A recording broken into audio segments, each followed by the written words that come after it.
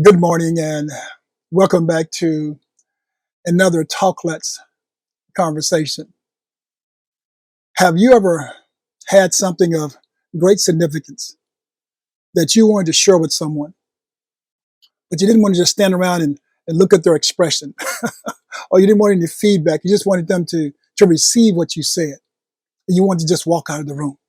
Well, that's what I'm going to do with this particular conversation. I want to toss something at you, and I pray that you receive it. I pray that I'm able to toss it inside of you as well, because it's going to empower you. It's going to provoke you as well. It's going to incite you. As a matter of fact, it's going to tick some of you off. But you need this. Take my word, you need this. I've got three do you know questions for you. The first one is, do you know your assignment? Do you know your assignment? Let me tell you what it is. Your assignment is to hate the devil. Very strong word, because hate means to greatly dislike someone. I mean, you don't care if they die. I mean, you hate them that bad. You wouldn't miss them. So it's a very strong word, hate. So the first point is, do you know your assignment? And if you don't, I'm telling you right now, it's to hate the devil. Point number two, do you know your responsibility? Or do you know that you're responsible for teaching your children, yes, from the womb to the tomb, to hate the devil? Let me say it again. Do you know that you are responsible for teaching your children, yeah, to hate the devil from the womb to the tomb? And the last point I want to make, do you know that God has a great, I do mean great, sense of humor? Did you know that? He really does. He has a great sense of humor. The other day, I was playing golf with a friend of mine, and we were just finishing up, and I've beaten him now 5 times straight. So he's hot. I mean, you can see smoke coming out of it. He is hot. He don't want to tell you, but he hot. And so when we finished, he looked over at me and he made this statement. He says, "I hate you." I looked back at him and I said, "I hate you too." So then he tried to hit me with a low blow. He said, "You know what? When I was working for you, let me tell you something. I hated your management style. I hated everything about you." I said to him, I said, "You know what? And all those classes I sent you to that you didn't want to go to, that was because I hated you also." I mean, we just kept going back and forth, playing the dozen, just having fun between one another. Now, some of you take this word a little bit too far, because some of you say you hate your job, you hate your boss, and you hate your wife, you hate your husband, you hate your children. I mean, you just hate life, because you're aiming that hate at the wrong person. I told you what your assignment is. It's to hate the devil. I mean, it is to hate him. But what we've done is we made this word hate, or we tried to make it what I call culturally cool. You know, me and my boy, we just kicking it. We just having fun. But some of you take it way too seriously, because we've got a little slang statement to try to make sure that we can culturally move it into our lingo, if you will. Don't hate the player, dog, hate the game. I mean, we all say that sometimes. I love my haters because it means I must be doing something right. You see how we use that word? If you ain't got haters, watch this, you ain't popping. That's what we say. And then this one for sure. Don't hate, celebrate. Haters hate. No matter where you are, they hate. Now, I'll be honest with you. I don't think I've ever in my life used that word as far as hating someone.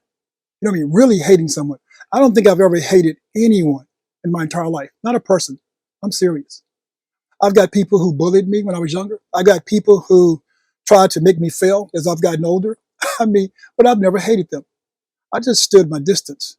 I just observed them from a distance. Yeah, I always kept one eye open looking at them, making sure, yeah, I know my enemy, and you should know yours as well. And so I didn't trust them, but I didn't hate them, because I realized they need to be saved as well. They need to be loved as well.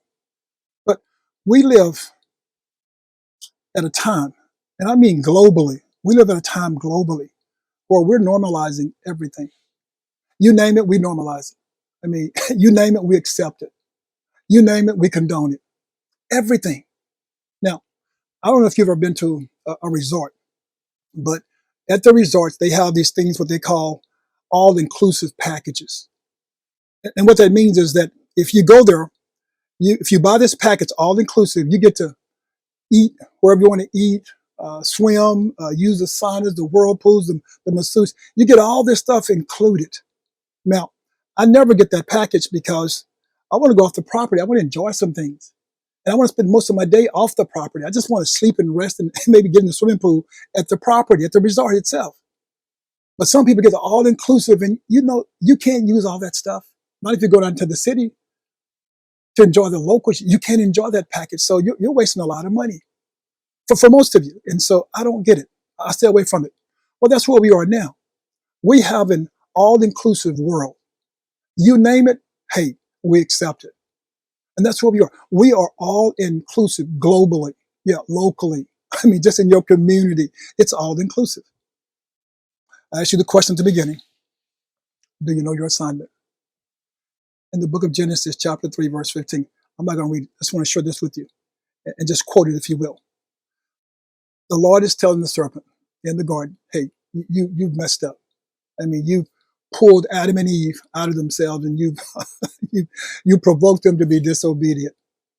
And so he started assigning curses. And he tells the devil, the serpent, Lucifer, yes, Satan, he tells him that there's going to be enmity, hate, between the woman and you. He says there's going to be anger between the woman and you. There's going to be conflict between the woman and you. And then he says, and her seed is going to bruise, yes, your head, and you're going to bruise his heel. Now, think about this for a moment. We've tried to make the word hate culturally cool. And so therefore, Satan thinks it's kind of cool to hang around us. He don't fear us. He thinks it's cool. But the devil hates you. I mean, he hated God first. I mean, think about this. If you're going to try to overturn the kingdom, wow. I mean, you have to really hate the creator. You have to hate him with everything you got. And so Satan hates God. And so in hating God, he realizes that God created you for his pleasure. And so he hates you even more because God created something after I left heaven. God created them. You got to be kidding me. So he hates you. He's not your friend.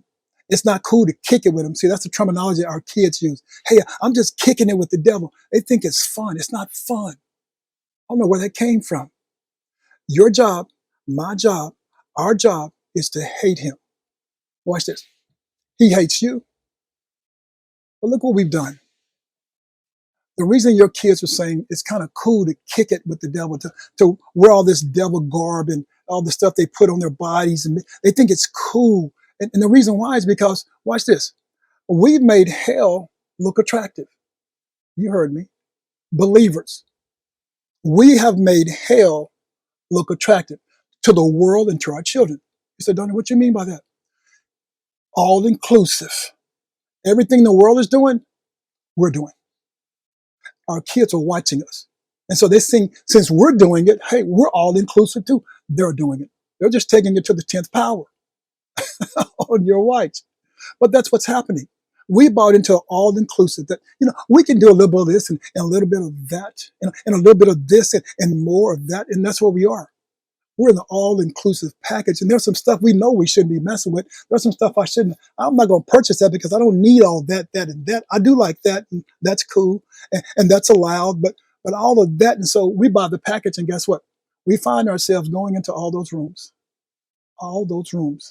that we shouldn't be in. I'm telling you, the devil hates you. And your job, your responsibility, your assignment is to hate him as well. Let's stop making hell look attractive. Because watch this. If we were teaching our children from the womb to the tomb that you should hate the devil, think of the kind of world we live in. If we all took a hold of hating him, I mean, he's already tried to deceive. Well, he's already deceived Adam and Eve in the garden. And women, now he's coming after you. He's been after you because God told him, y'all going to have anger, conflict, disagreement between the two of you. And so he's really after you. And my thing is, so don't let him get in. Your responsibility is to yell, is to hate him with everything you got. If you hate the devil, guess what? Then you won't like nothing he stands for. Nothing. I mean, if we all hate the devil, if we all got on one accord, if all believers all around the world gave up their all-inclusive package and started hating the devil, this world would turn itself upside down. I mean, God and the angels would be clapping.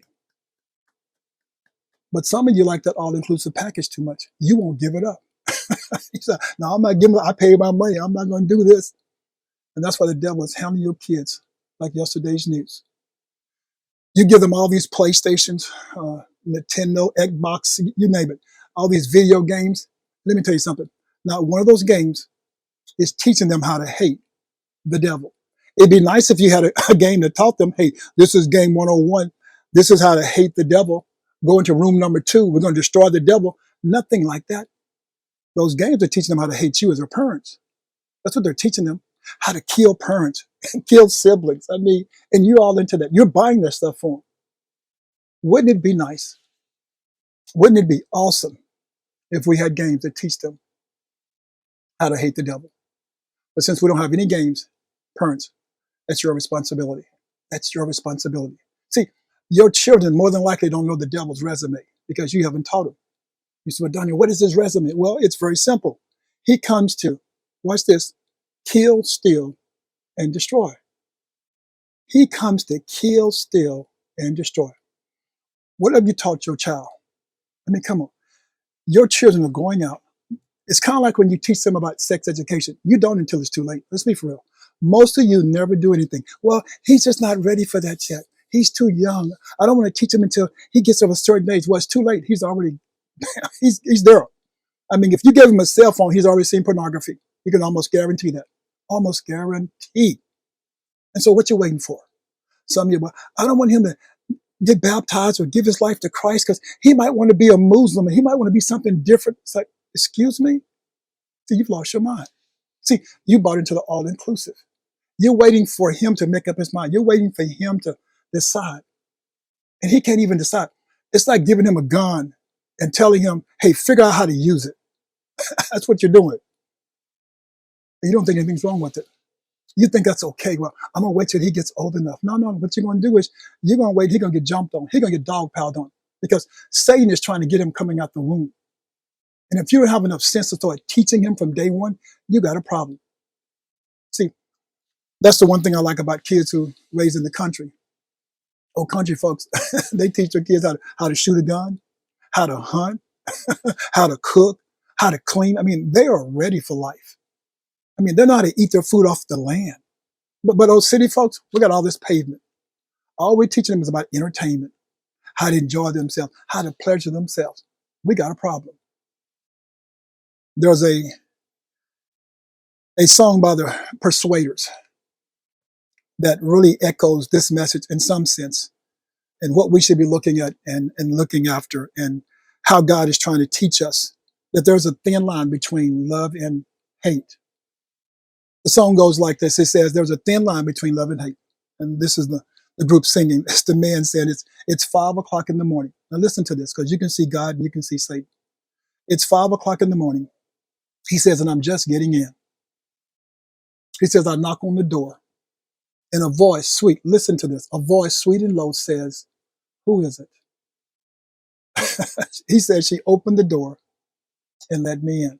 Now, I don't know about you, but some women say, you ain't coming in 5 o'clock in the morning. No, you go back where you came from. Just go back where you were.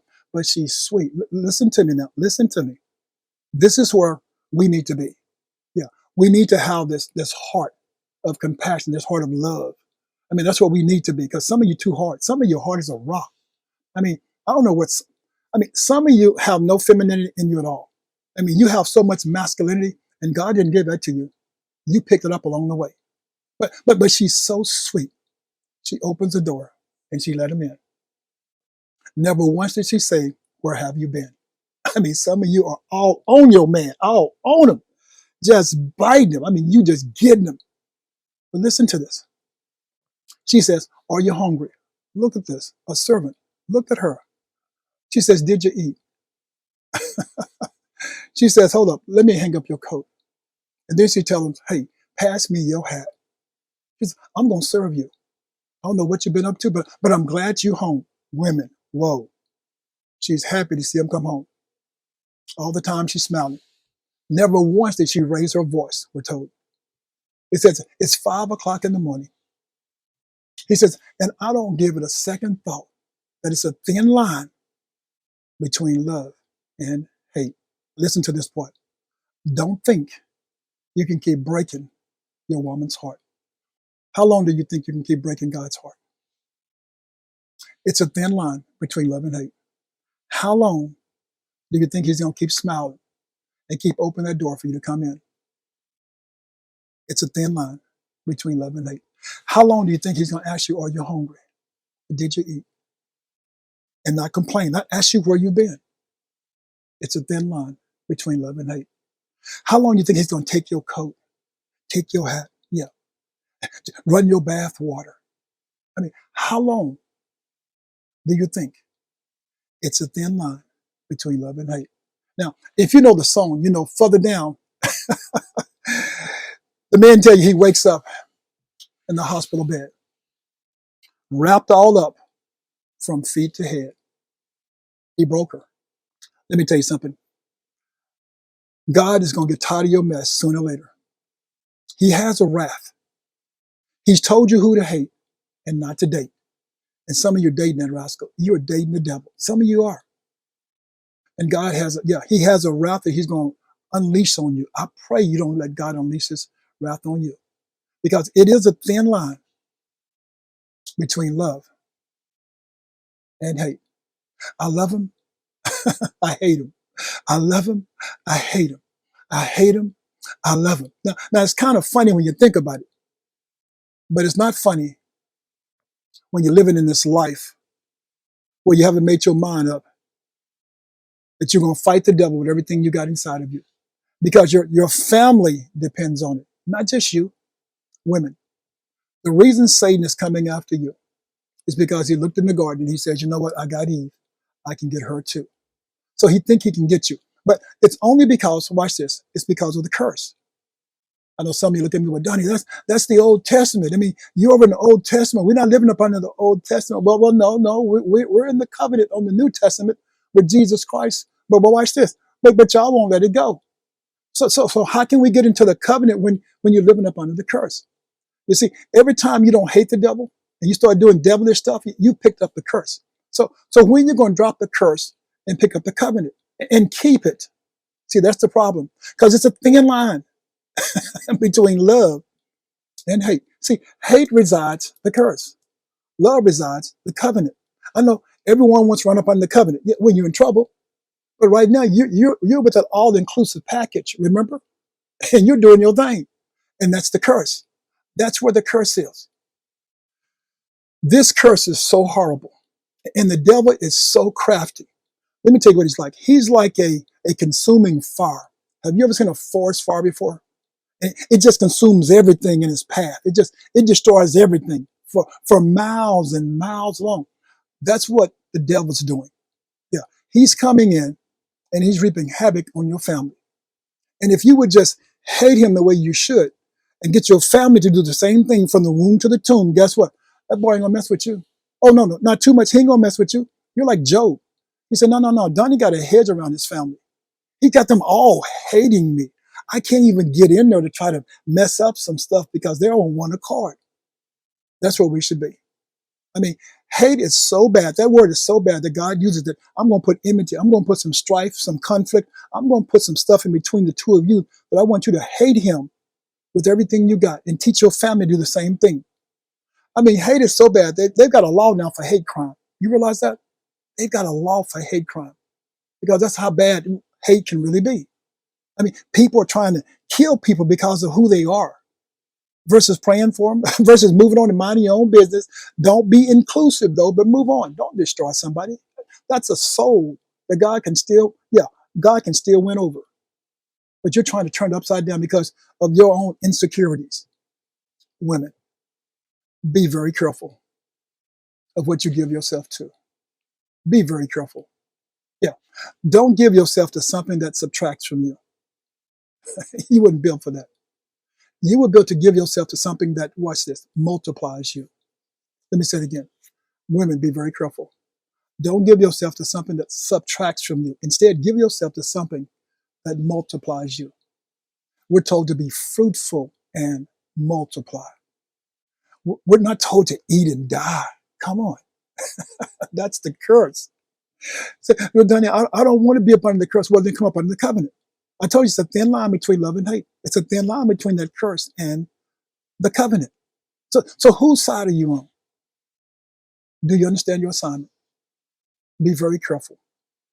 Because what's happening now is that you've jumped into that curse and you're crying because you want to get into the covenant. But let's be for real. Satan has some issues. Can I tell you what they are? He has some issues. I'm telling you. He has attachment issues. You hear me? Yeah. Once he get on you, he's on you. He's got some claws. Yeah. And he's got some paws. And once he gets them into you, he keeps that curse all up on you. And so my thing is, don't ever give him a ride. No. If he's hitchhiking, you pass him up. Why would you give a curse a ride? Wow. That's like a hearse. If you ask me, giving a curse a ride. Don't give a curse a ride. Keep on moving. What you want to do is you want to live in the covenant. You want to live under the covenant. Because what's going to happen if you live under this curse, what you're going to do is you're going to treat your family, yes, like that wrath belongs to them. Your wrath, your anger, yeah, the conflict inside of you, what God has put inside of you, yeah, under that curse, you're going to bring that to your household, and you're going to bring hell home. That's what you're going to do because you're living upon the curse. Now, it makes sense to bring the covenant home, don't it? See, your job is to hate the enemy. So here it is. Hate him with everything you got and stay up under the covenant. But don't bring hell home. I mean, we're told that, watch this, for we wrestle not against flesh and blood, but against principalities, against powers, against the rulers of darkness of this world. That's what we wrestle against spiritual wickedness in high places. See, that's where we are. We're over here up under the covenant. Yes, we know what's coming, and we're ready for it. I pray that you have enough sense, yes, to realize that Satan means you no good. Everything he's doing is smoke and mirrors. And what he wants is, he wants you to have a man, yes, watch this. He wants you to have a husband, yeah, who chooses, yeah, you over God. Wow, what a sad day. Divine order is your husband. Yeah, you want a husband who chooses God over you. That's what you want. So he's trying to put that stuff back in your mind like he did to Eve in the garden. Don't you want to be like God? Well, you need to get your husband to treat you like God. I don't think so. You want a husband who corrects you. That's what you want. You want a husband who corrects you and a husband who don't cheer for you when you're being disobedient, when you're out of place. No, you want a man, yeah, a real man who takes care of business, who knows that it's God first, him second, you third, and then those children. That's what you want. You want a man who will check you and not cheer for you. That's what you need. Be very careful, yeah, spoiling yourself in a place to where it hurts the whole family. We're told that we can spare the rod and spoil the child. See, here it comes with teaching your children. Yes, teaching your children, but also this is for teaching your wife and teaching your husband as well. We look at this, those who spare the rod hate their children. Do you hear what the word just said? Those who spare the rod hate their children, but those who love them are diligent to discipline them. Those who spare the rod hate their children. That's what the world is teaching you. The world is teaching you. Don't spank your kids. Don't discipline your kids. No, don't do that. You're listening to the world's advice versus God's advice. You got to be kidding me. I was looking at an infomercial the other day and they had these kids throwing tantrums in the middle of the floor. I mean, just going crazy. And they're saying, no, don't spank them. Don't shout at them. Pick them up and hug them. Pick them up and pet them and talk to them. And I thought, okay, well, that's reasonable. I mean, talk to them, maybe calm them down. And then I got to thinking, hold up. That little bundle of love on that floor, throwing a tantrum, that's like a stick of dynamite. No, don't pick him up, because if you pick him up, that thing might explode in your hands. No, what you need to do is reach down and put that wick out by putting a belt on that butt. That's what you need to do. Put something on their tail, yeah, to get them off that floor. But we're reaching down, patting, like we're reaching up, picking up a stick of dynamite and trying to defuse it by patting it. Who does that? That's what the Lord was showing me, is that we have lost our minds. Instead of putting the wick out, we're trying to pamper the dynamite. We're trying to pet it. The Lord chaseth those that he loves. Did you hear me? Now, if he's not chasing you, if he's not correcting you, that means he hates you. That's the way I read that. And so if you're not, watch this, men, if you're not correcting your wives, then you hate them. If you're not correcting your kids, then you hate them. I mean, vice versa, but that's what's happening. We need to be correcting one another out of love. Because if I don't, that means I hate you. I'm not trying to build you up. And what's happening now, watch, I told you God has a great sense of humor.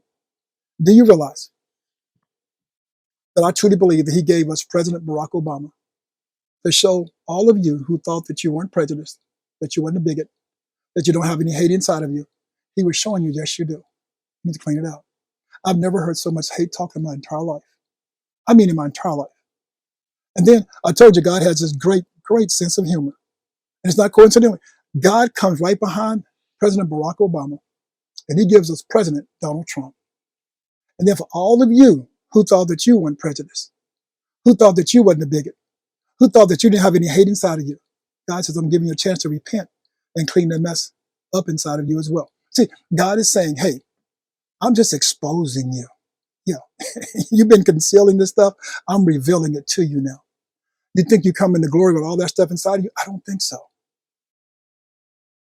It's time for us to understand who we should be hating and who we should be loving. Joseph's brothers hated him.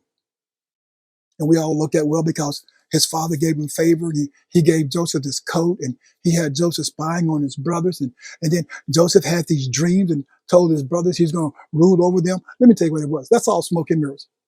Let's just tell the truth and shame the devil. They hated him because of his relationship with God. And that's why Satan hates you, because of your relationship with God. I pray today that we stop making hell look attractive, because Satan blinded, if you will. Yeah, Satan got a chance to mess with Eve and Adam's eyesight. I pray that you don't let him mess with your birthright. No. Don't let him mess with your birthright with Jesus Christ. Please keep your eyes wide open. Stay on your assignment. Be responsible. And understand God has a great sense of humor. I pray that if you decide this day to give your life to Jesus Christ, understanding your assignment is to fight the devil, to hate him with everything you got, to stay on the straight and narrow. All you have to do this morning is confess that Jesus Christ is Lord and believe in your heart that God has raised him from the dead. And guess what?